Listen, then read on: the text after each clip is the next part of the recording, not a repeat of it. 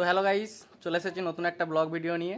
তো আজকে আমাদের খাওয়ার জল কোথা থেকে আসে সেটা আপনাদেরকে দেখাবো। চলুন ভিডিওটার সাথে থাকুন। এই যে এখানে আমাদের মিটার বক্স আছে, এখান থেকে আমাদের সাবমার্সিবল কল আছে। এখান থেকে লাইন তুলে দিলে এই যে আলো জ্বলে গেল, এখান থেকে এবার জল কল থেকে উঠবে।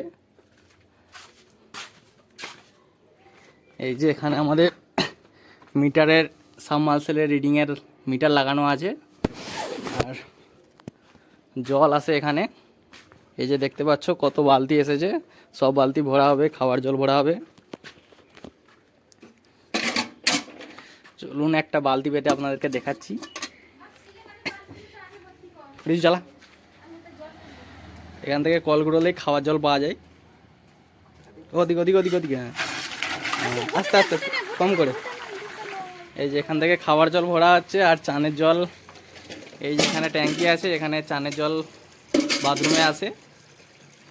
আর এখান থেকে এই যে মা আর ইজু খাওয়ার জল ভরছে। এখানে যা বালতি আছে সব বালতি ভরা হবে। খাওয়ার জল, চানের জল, রান্নার জল সব এখান থেকে ধরা হয়।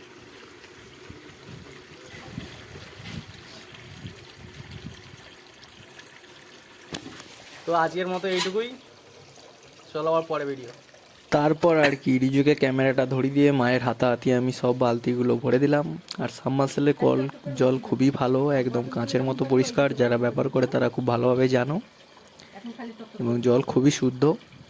সব কিছু ব্যবহার করতে পারবে, খাওয়া থেকে শুরু করে সব কিছু।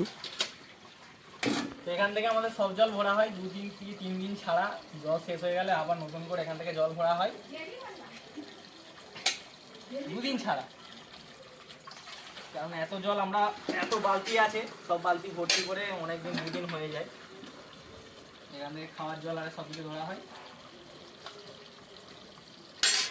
আর জলের সাবমার্সিবলের কলের যা ফোর্স, একটা বালতি ভর্তি হতে মিনিমাম 2 থেকে 3 সেকেন্ড সময় লাগে। ফোনটা কাছে আরো কাছে। জলের কতটা ফোর্স আপনারা দেখতে পাচ্ছেন। আরও ফোর্স বাড়ানো যায়, আমরা আস্তে করেই ভরি, বেশি ঘোরার জোরের দরকার নেই।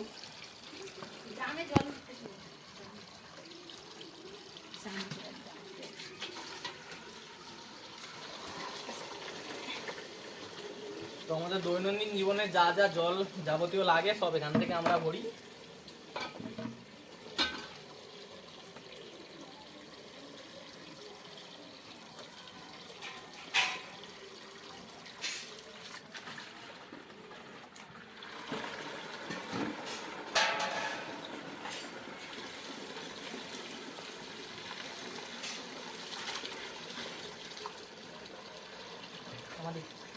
ভিডিওটা ভালো লাগলে অবশ্যই একটা চ্যানেলটাকে সাবস্ক্রাইব করে যেতে ভুলবেন না।